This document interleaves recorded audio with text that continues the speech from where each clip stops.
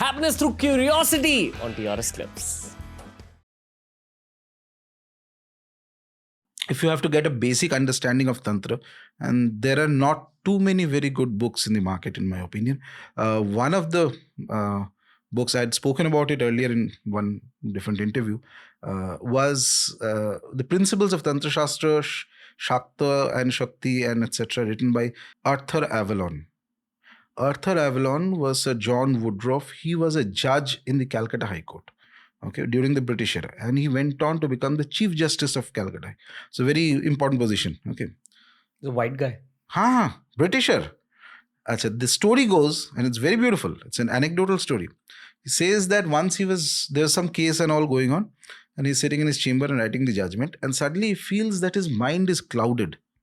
He can't think properly, and as if there's a pressure in the mind that to write a judgment in favor of one guy, one of the parties. And one of the so judges used to have assistants and all that. Even today, I think they have. So he asks him that, I don't know what is happening. Why is the pressure in the mind? And this guy says that, one of the parties has actually appointed a tantric yogi to sit in the court complex and chant certain mantras. He is influencing your mind. Okay.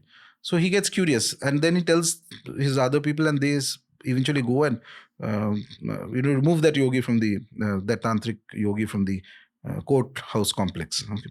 And the moment he has gone certain distance, he suddenly feels his head is very light. Okay, and he can think clearly, and that pressure in the mind is gone, and he is no more, as if there's no influence on his mind, etc. And he does the judgment. But this gets him thinking. कि ये हो क्या रहा है? How is that even possible? Okay, and he takes a tremendous interest. He learns Sanskrit. He becomes very good in Sanskrit. He learns the Upanishads, the Tantras, etc. He learns. He takes initiation in Tantra from one of the most profound acharyas of Tantra sadhana at that time, who was supposed to be an expert in Tara upasana.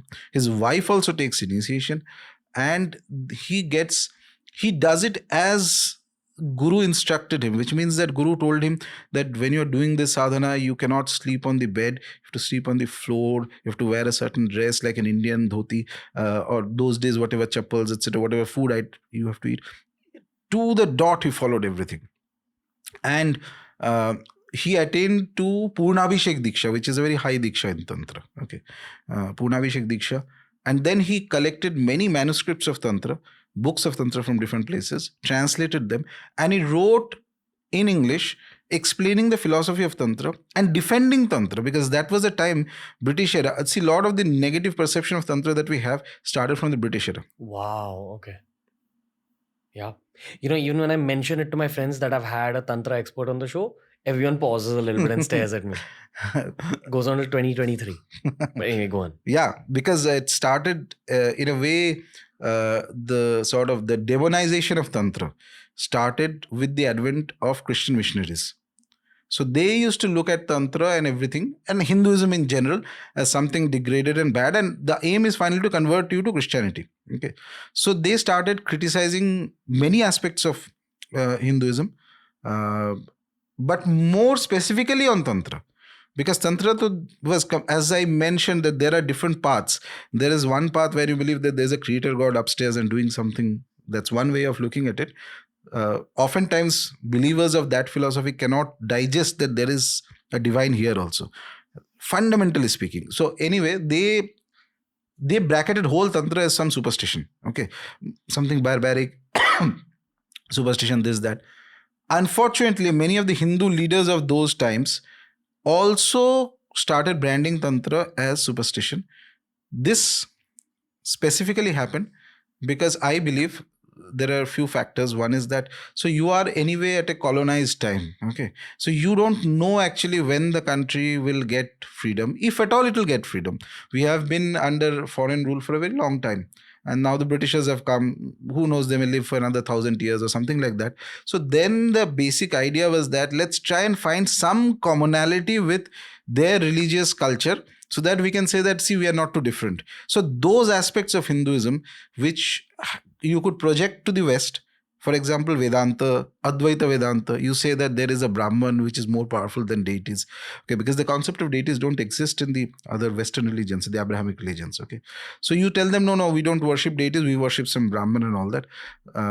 Like this, certain ideas where I'm not saying it is anybody's fault, but it is perhaps the pressure of the times they lived in. So those were elevated more than others. And things like Tantra and all, it was impossible to explain to anybody, especially from the West. So they also started bracketing that this is all superstition and very bad and various other things, which I think is complete nonsense.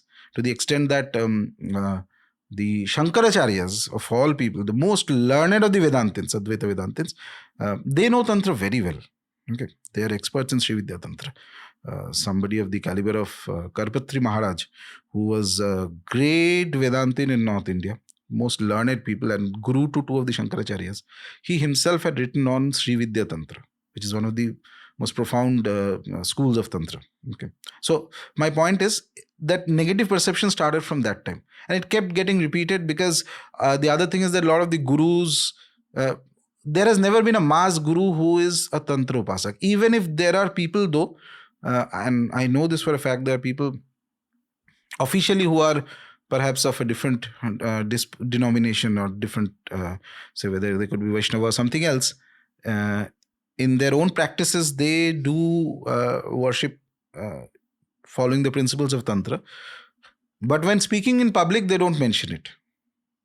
So more or less what happened is that those who are not practitioners define this, that Tantra is like this, and naturally that happens. There is a कि ये बहुत खराब है, ये this very bad, this, that, etc. ये जादू टोना type. So it was a complete mischaracterization of a terrific philosophical and actual path of sadhana, which has produced exceptional masters also in the past. Until 2022, when Rajarshi Nandy appeared on TRS and made it mainstream again. So, so books by Arthur Avalon on Tantra. He was the first guy who actually not only wrote on Tantra, but he defended it very vigorously against attacks from Christian missionaries and even from Hindu scholars who used to berate Tantra. Okay, and he showed that how the principles are based on solid spiritual foundations, philosophical foundations, and they have certain similarities with certain ideas of the Vedas and all that. It's a brilliant set of books as a starting point. So if you enjoyed this video, subscribe to TRS Clips for more.